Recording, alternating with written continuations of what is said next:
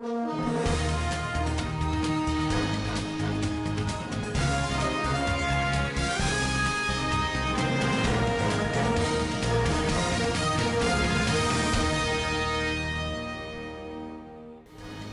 to renovate Sardauna Farm and Natu Lake. Why Buhari has not sacked service chiefs. President Buhari says no government financial transaction will be done in secret. On business, President Buhari enlarges NDDC Interim Management Committee. And on the international scene, health ministers of ECOWAS set up measures to tackle coronavirus.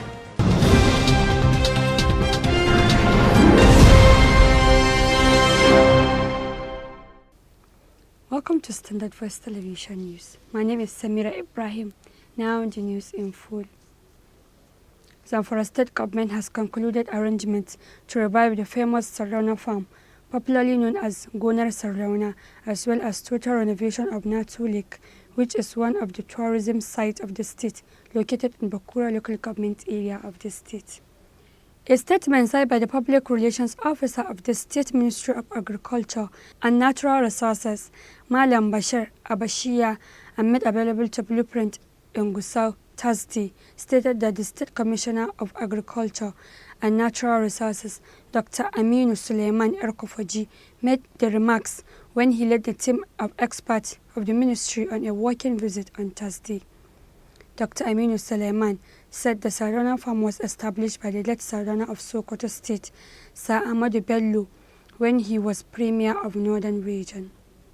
He added that the farm was known to be a center of attraction and tourism, especially by visitors, where virtually many crops were cultivated. He said Zamfara State Government through his ministry cannot fold its hand and allow that important legacy to vanish without taking proactive measures as quickly as possible.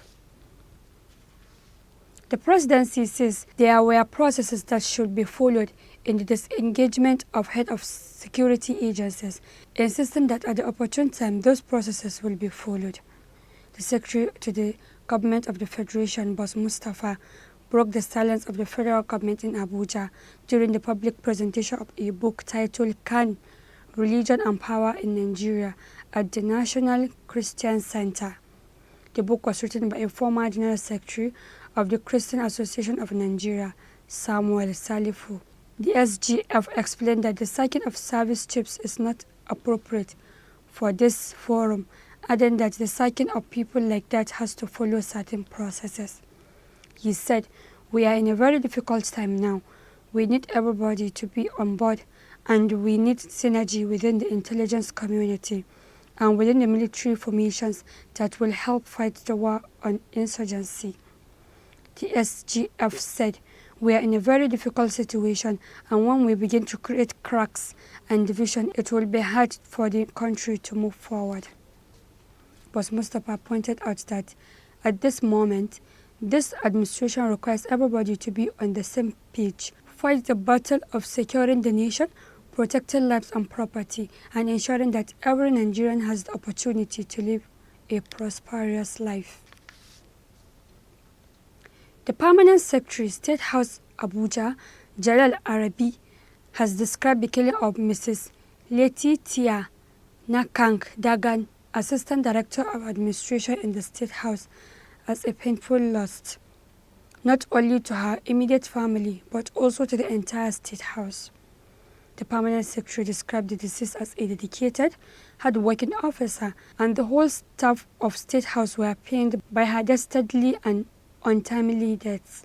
According to the Permanent Secretary, they all share in the family griefs and pains, but he consoled by the fact that she lived a good life and contributed her best to the services of her nation.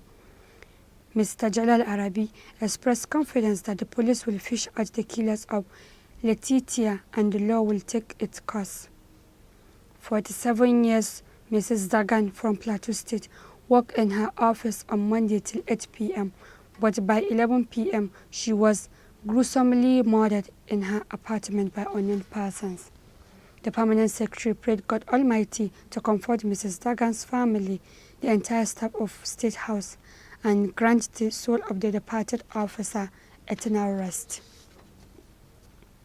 Special Advisor to the President, Media and Publicity, Femi Adesina, Tuesday in Abuja said President Muhammadu Buhari's vision of a unified, harmonious and purpose-driven country will be consistently followed, urging for more understanding as the government tackles myriad challenges.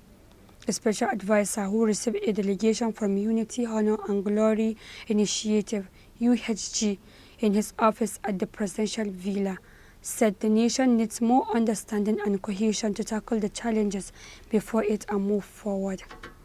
The Unity, Honor and Glory Initiative is a group of concerned Nigerians who believe citizens should reflect on the founding philosophy of unity, honor and glory as captured in the National Pledge and start working collectively to own and build the country regardless of differences. The presidential aide, on behalf of the president, thanked the group for the visit and the members' broad-mindedness and understanding. He assured that the administration will continue to support the initiatives that are focused on building peace and promoting harmonious living in the country. The Special Advisor advised Nigerians to support the policies of the government, adding that President Buhari will continue to make sacrifices that will engender unity and cohesion in the country. In his remarks, the leader of the delegation, Dr. Felix Osamoji, who is also the head of Media and Communications, UHG, quoted the remarks of the then Prime Minister of Nigeria, Alhaji Tafawa Balewa, on the need for unity of purpose in 1957. He said Nigeria has now reached a critical stage in her history and that we must seize the opportunity which has been offered to us to show that we are able to manage our own affairs properly. Dr. Felix Osamoji said every Nigerian has his or her share to contribute to the crucial task, the cost for which no sacrifice will be too great. The leader of the delegation said the remarks of the late Prime Minister remain relevant to the nation 63 years after, noting that the amalgamation of 1914 was not an accident of history or mistake. He said there can be no mistake when 250 of the most gifted and resourceful ethnic nations in Africa were pulled together in 1914 to create world's biggest black African nation on earth, pointing out that could not have been a mistake despite the fact that Nigeria may not have been an original British design or construct. President Muhammadu Buhari has assured that with the various reform agenda implemented by his administration, very soon all government financial transactions will be done in open. The president gave this assurance Tuesday in Kaduna at the passing out parade of Detective Inspector Corps 5 of the Economic and Financial Crimes Commission (EFCC). The president said the objective of this administration is to institute a level of transparency in governance through mainly information technology platforms. He said, just as advanced democracies and some developing countries, the administration is determined that within a short period, citizens will be able to follow core government operations online. According to him, the government has reached advanced stage in fiscal transparency. The president said the appropriation bill is placed online within hours of its presentation in the National Assembly, and the Budget Office of the Federation has been engaging interest groups in the budget cycle, as well as a pilot scheme of 10 MDAs has been test running online display of their budgets and expenditure movements. He noted that the federal government's commitment to online disclosure of beneficial owners of companies, generally within the framework of the Corporate Affairs Commission, and in the extractive industries through Nigeria Extractive Industries Transparency Initiative (NETI) is on course. The president added that the portals are ready, but owners of companies are unwilling to comply with all disclosure requirements and urged all well-meaning Nigerians to fully comply. President Buhari said that various national reforms and collaborative efforts with international organizations are designed to institutionally strengthen anti-corruption agencies in Nigeria. The Kano State branch of the Petroleum Tanker Drivers, PTD, and National Association of Road Transport Owners, NARTO, on Tuesday began an indefinite strike over alleged harassment of its members by personnel of the Nigerian Customs Services (NCS). The chairman of the PTD, Alhaji Sa'adu Al-Amurra, made this known in an interview with the news agency of Nigeria in Kano. Alhaji Al-Amurra said the association found it necessary to embark on the strike in order to express their concern over the alleged incessant harassment and arrest of their members while on their way to filling stations, even within Kano metropolis. He alleged that currently there are 5 trunks impounded by the customs operators for over 1 month. The chairman said the association had also directed its members in 5 other states in the northwest to join the strike until when the issue between them and customs service is resolved. He listed the affected states as Jigawa, Katsina, Sokoto, Kebbi and Zamfara. The chairman said that during the strike, no member of the association will transport petroleum products to filling stations across the 6 states in the zone until their demands of releasing the impounded vehicles were met. When contacted, the public relations officer of Kano, Jigawa Customs Area Command, Dr. Dambaba Isa, confirmed that 5 tankers were arrested for alleged diversion of the petroleum product from Kano to Foggo town in Sandamu local government area of Katsina State. According to him, the product is supposed to be supplied by filling stations in Kano metropolis and Kura town in Kura local government area of Kano State, but were found near Daura in Katsina State. Isa said after investigations, one of the tankers was released because it was transporting fuel to a contractor who is handling a road project in Jigawa State. He said 4 suspects were still in detention and will soon be charged to court after investigation. The PRO said the drivers are aware of the recent order by the federal government that no fuel tanker should supply petroleum products 20 kilometers to border areas. That was why they were arrested and the vehicles impounded. Meanwhile, residents of Kano have expressed fears over the strike by the PDT and NARTO. A cross-section of the residents told NAN in Kano on Tuesday that the strike action could cripple social and economic activities in the state if it continues. One of the residents, Alhaji Bashir Abdullahi, said the standout could bring back the era of fuel scarcity in the state and other neighboring states. They also called on the warring parties to ensure amicable resolution of the crisis to avoid fuel scarcity in the state. After making all sorts of utterances on the administration of Governor Abdullahi Umar Ganduje of Kano State over the payment of outstanding bills concerning their fees after being abandoned by the past administration of Rabi Musa Kwankwaso, 37 students sent an apology letter seeking for forgiveness from the Kano State government. They asked Governor Ganduje to, as a father, save their lives and secure their future by paying the outstanding bills left unattended by the past administration of Senator Rabi Musa Kwankwaso.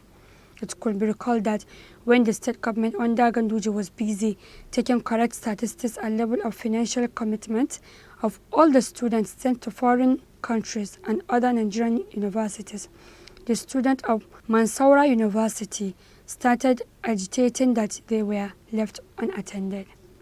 In the letter titled Letter of Apology by 37 KNGS-sponsored Mansoura University students and signed by Muhammad Y. Musa, President Association of Kano State in Mansoura, the 37 students of Mansoura University, Egypt, tendered their unreserved apology to the government of Kano State for their irrational behavior that led to the stoppage of their sponsorship.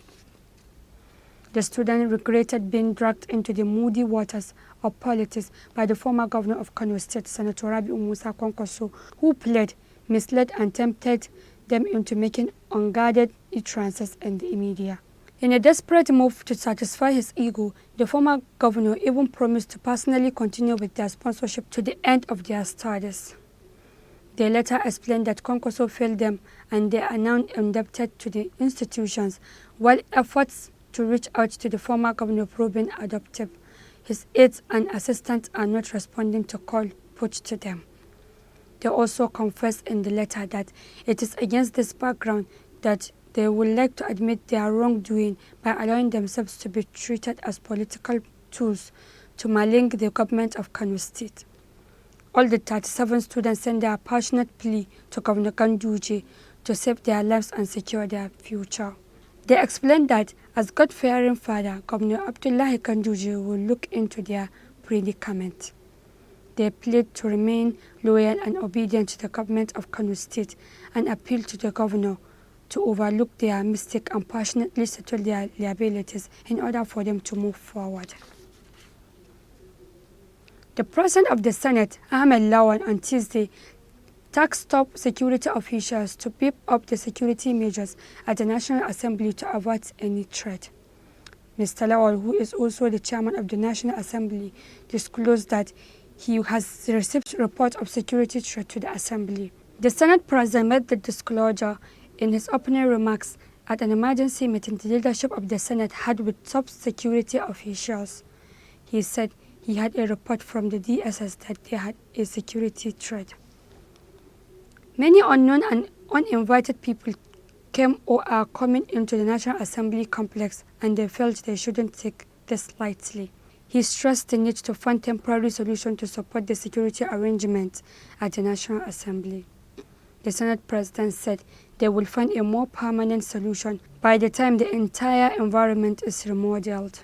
In attendance at the meeting were the Director General of the Department of Security Service, DSS, and representatives of the Defense, Police, Civil Defense, Fire Service, and other security agencies. Mr. Lawal said the responsibility for ensuring security for all Nigerians is a collective responsibility for both the legislative and executive arms of government. He said they have a very active ad hoc committee that is already engaging with the security agencies. As principal officers of the National Assembly, it is their responsibility and obligation to ensure that all senators, members of House of Representatives, workers of the National Assembly, visitors, and indeed anyone who has a lawful business to do in the National Assembly are safe. Borno State Governor Professor Babagana Umar Zulum spent the most part of Tuesday in Ran, headquarters of Kala Balge local government area, remotely located around a border between Nigeria and Cameroon, linking to Chadian territory. Governor Zulum flew from Maiduguri to Kala Balge on board a helicopter because it is currently impossible to access the local government area by road due to massive waterlogging caused by discharge from a dam in Cameroonian territory in July 2019. The governor, who returned at night, supervised the distribution of 100 million naira in cash to the residents in Ran, whose only option is to trek about 10 kilometers to border communities in order to buy food and other basic needs. Reports said each of the 10,000 households in the community was given between 10,000 and 15,000 naira cash. Because there is no banking service, Zulum had to fly cash as last option. Male householders received 15,000 naira each, while their female counterparts received 10,000 naira each. More than 10,000 households in the agrarian community of Ran have been trapped, while crops planted last year were destroyed by a herd of 250 elephants signed by UN Humanitarian Air Service officials from their helicopter back in December 2019. Farmland still flooded cannot be cultivated by the residents, forcing them to completely depend on aid transported to them through humanitarian air services. Ran, largely populated by Borno's Shua Arabs, is considered Nigeria's most severely disadvantaged local government headquarters. Despite 25 years of existence, Ran is usually inaccessible during rainy season, as there is neither road nor bridge linking the council headquarters with the rest of Borno State. The council is also not connected to the national grid for electricity supply. Tuesday was Governor Zulum's third humanitarian visit to Kala Balge since June 2019. The governor was in Ran on June 9 and December 8, 2019. In the first visit, he traveled by road before the flood, while he flew by chopper in December. On both occasions, he supervised the distribution of food and non-food aid to residents, many of them in critical need of help. We'll be right back after this short commercial break. Stay tuned.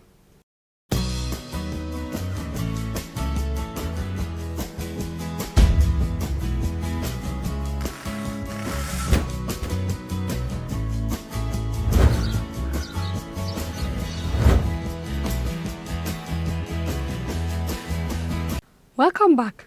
On business, over to Fauzia.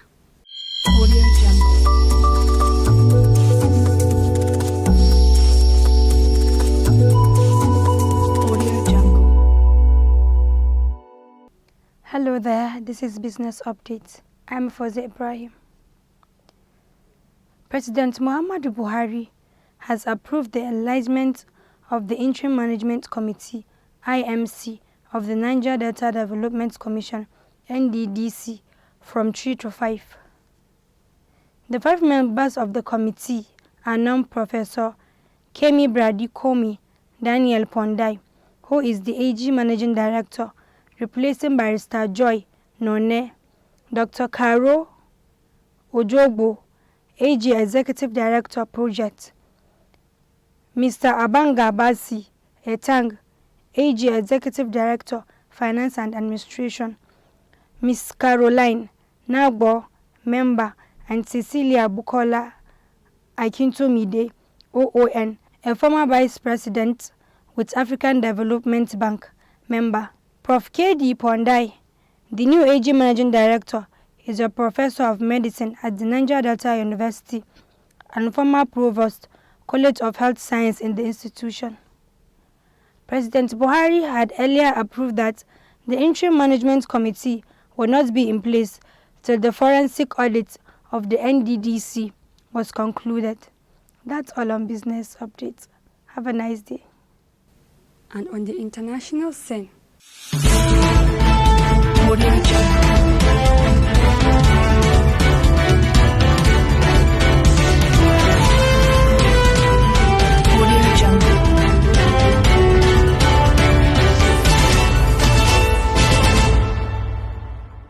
as part of measures and response to the ongoing COVID-19 coronavirus epidemic in China, ministers of health in West African region have emphasized the urgency of the current situation as they agreed on strategies for protecting the population of the region. Nigeria's Minister of State for Health, Dr. Olorunimbe Mamora, made this known in Abuja while briefing journalists on the outcome of the emergency meeting of the Ministers of Health of the Economic Community of West African State ECOWAS in Bamako, Republic of Mali, on 14th February 2020. According to the minister, the meeting was declared open by the Prime Minister of Mali on behalf of President Ibrahim Boubacar Keita, and the opening ceremony was attended by top functionaries of the government of Mali, members of the diplomatic corps, and relevant partners. He explained that following expert presentations on the global situation, the processes currently in place in the region, and laboratory preparedness, the ministers resolved to strengthen coordination, communication, and collaboration among member states in preparedness for COVID-19 epidemic, including cross-border collaboration. The West African health ministers also agreed to enhance surveillance and management measures for COVID-19, particularly at entry points, air, land, and sea. Other measures include step-up communication to ensure that the public receives accurate, appropriate, and timely information regarding the epidemic, and to urgently strengthen critical national capacities for diagnosing and managing cases. Similarly, the Director General of West African Health Organization, Dr. Stanley Okolo, said the region will implement robust measures to assure availability of critical medical supplies, including laboratory materials and personal protective equipment in the region, to work closely with the relevant authorities of national governments and the Chinese government to monitor and assure the health situation of the citizens resident in China. That has been the news from Standard Voice Television. To end the news, a quick look at the major headlines. Zamfara to renovate Sardauna Farm and Natu Lake, where Buhari has not sacked service chiefs. President Muhammadu Buhari says no government financial transaction will be done in secret. On business, President Buhari enlarges NDDC Interim Management Committee. And in the international scene, health ministers of ECOWAS set up measures to tackle coronavirus. That has been the news. On behalf of the production crew, Head of News and Current Affairs, Alhaji Ibrahim Garbatuna, I am Samira Ibrahim, wishing you a pleasant time. Keep watching Standard Press Television News. Goodbye.